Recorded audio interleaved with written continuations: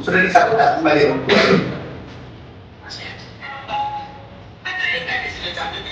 Hendak saya kirim ke polisi. Ini mimpi presiden kita. Ini mandiri seluruh pulau.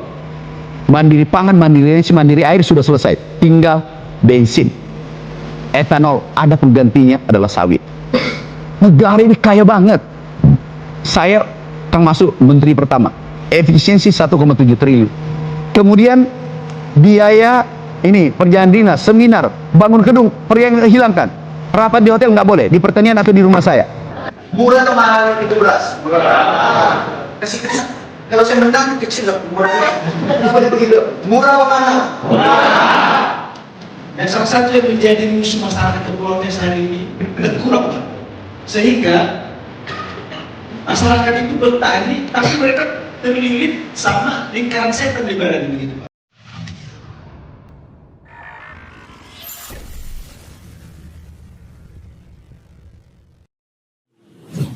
Indonesia sedang berada di persimpangan jalan menuju kedaulatan pangan nasional.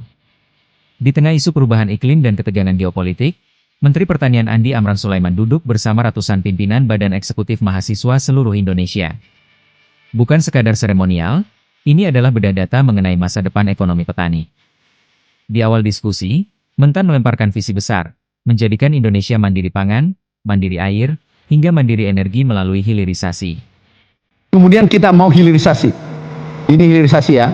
Nanti Andi bertanya, mimpi kita hilirisasi, apa maksudnya hilirisasi? Semua bahan baku ini diolah. Semua bahan baku ini diolah. Air kelapa saja, ini air kelapa. Coconut water dengan coconut milk. Nah, ini nilainya 5.000 triliun, 1,5 APBN. Ini maksudnya presiden kita. Ambisi ini bukan tanpa dasar. Menteri Pertanian memaparkan bahwa dengan efisiensi anggaran internal sebesar 1,7 triliun rupiah yang dialihkan untuk kompanisasi, pemerintah menargetkan dampak ekonomi balik hingga 10 kali lipat. Saya termasuk menteri pertama. Efisiensi 1,7 triliun. Kemudian biaya ini perjalanan dinas, seminar, bangun gedung, peryang hilangkan. Rapat di hotel nggak boleh, di pertanian atau di rumah saya. Ini aku hilangkan 1,7 triliun masuk.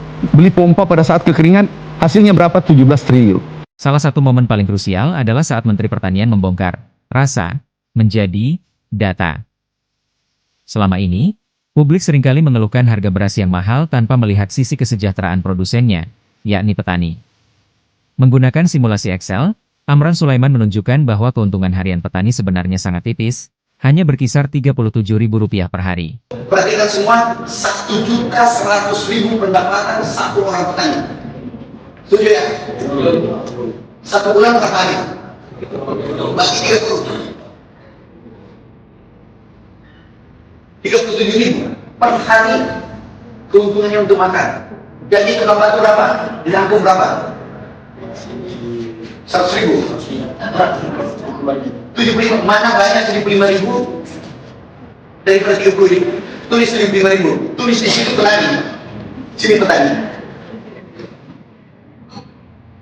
Di sini di sini rokok. Murah atau mahal itu beras? Murah. Kasih. Kalau saya menang kecil murah.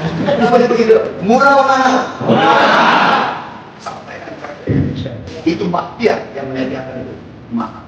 Perbandingan antara harga beras dan harga rokok ini menjadi antitesis bagi narasi yang selama ini menyebut beras Indonesia terlalu mahal.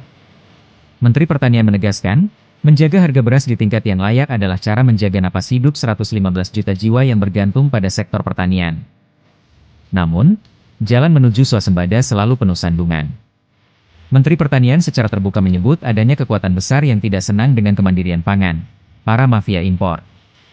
Setiap kebijakan untuk menghentikan impor beras selalu diikuti dengan serangan opini publik yang masif. Ini benar. Ini petani, pedagang, ibu distributor, pabrik sini tidak kelihatan kalian mafia. Ini 1, 2, 3, 4, 5, 6, 7. Tambah 1 mafia 8. Tidak kelihatan mafia itu apa yang jadi. Menteri Pertanian menjelaskan paradoks informasi di masyarakat. Saat pemerintah berencana impor 1.000 ton, pemberitaan akan meledak. Namun, saat pemerintah berhasil mengekspor berlipat-lipat lebih banyak, beritanya justru tenggelam di pojok media. Ini adalah perang persepsi yang sedang dihadapi Kementerian Pertanian. Ini menarik, karena ada beras impor 1.000, benar nggak? Ada banyak, tapi banyak nggak yang ekspor 2.000 ton? Nggak banyak. Itu yang menjadi kita. Baru rencana impor, berikutnya se Indonesia 1.000 ton. Tahu nggak 1.000 ton? Tahu nggak 1.000 ton? Itu sama dengan 0,0003%. Itu pun tidak. Baru rencana. Begitu aku ekspor 2 minggu kemudian, nggak ada beritanya. Di pojok bensin. Marah, teman-teman wartawan. Aduh, kalau ada benar. Ini aku impor 2.000, baru cari impor 1.000. Saya ekspor 2.000 nggak ada beritanya, 10.000 beritanya kecil di pojok. Ini 10.000 ke bensin. Mahasiswa tidak tinggal diam. Perwakilan dari Bima, Lampung, hingga Pantura melemparkan kritik tajam soal kelangkaan pupuk, tengkulak, hingga alih fungsi lahan. Menteri Pertanian menjawab dengan solusi sistemik, Koperasi Merah Putih. Sebuah wadah yang dirancang untuk memotong rantai pasok dari 7 hingga 8 lapisan menjadi hanya 2 atau 3 lapisan saja. Jadi kalau misalnya kita meninjau, sebenarnya ada paradoks terkait tata ruang, Pak. Jadi ada alih fungsi lahan di Kota Semarang, khususnya Jawa Tengah, di daerah Pantura itu berbeda sekali, Pak. Jadi sebenarnya ada paradoks itu. Kalau misalnya kita bahas di Papua, itu kita menghabiskan anggaran untuk membuat sawah dan lain sebagainya. Ini jadi Pak Menteri melaporkan masyarakat Kepulauan Riau itu 7% petani semua, Pak. Dan salah satu yang menjadi musuh masyarakat Kepulauan Riau hari ini tengkulak, Pak. Sehingga masyarakat itu bertani, tapi mereka terlilit sama lingkaran setan di badan begitu. Karena adanya tengkulak ini. Itulah tengkulak, solusinya adalah koperasi.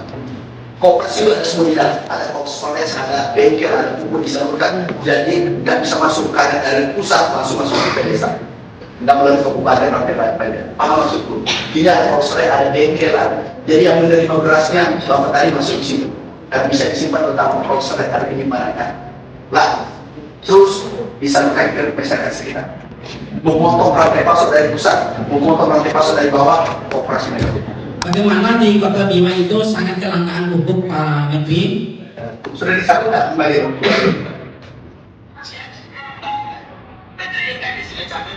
Hendak saya kirim ke polisi. Siapa? Yang kita ada namanya melaporkan. Muhammad Abdi melaporkan. Jauh ya. Terus atas lapangan. Dialog 11 jam yang dipadatkan ini memberikan satu kesimpulan. Pertanian bukan sekadar soal tanam dan panen, tapi soal ketahanan negara dan martabat bangsa. Mahasiswa yang hadir mengakui bahwa data yang dipaparkan sulit untuk dibantah. Ada kesejahteraan petani, lupa jawab. Kesejahteraan petani jangan pakai rasa. Tapi kesejahteraan petani, Anda boleh cek di BPS. Tertinggi selama itu tahun. Ini karena Bapak Presiden. Ya.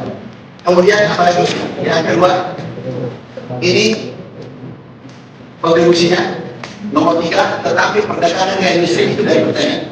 Paham maksudku? Yang diolah adalah para pertanian. Jadi tulang teleponnya negara di pertanian. Oke. Kemudian lihat lagi NTP, PBB, PDB. Aku serah terima dari 0,6 naik atas perintah Bapak Presiden 5,74. Hebat nggak saya tanya? Ini cari datanya, jadi jangan pakai rasa. Kini bola ada di tangan generasi muda. Apakah mereka akan terus menjadi pengawas yang kritis namun konstruktif? Atau justru terjun langsung memperkuat barisan regenerasi petani? Hari ini kami bersama adik-adik mahasiswa BM seluruh Indonesia, ada 100 yang mewakili seluruh Indonesia. Kita bertukar pikiran, kami menyampaikan gagasan-gagasan Bapak Presiden Republik Indonesia dan capaian-capaiannya khususnya sektor pertanian, dan bahkan kita bahas masalah Koperasi Merah Putih, apa tujuannya. MBG juga kita bahas bersama, kita diskusi. Saya salut pada BM mahasiswa yang hadir pada hari ini, cukup kritis tapi konstruktif. Bukan fitnah, kritis tapi konstruktif. Dan ini sangat bagus kita bangun, kita komunikasi dengan mereka.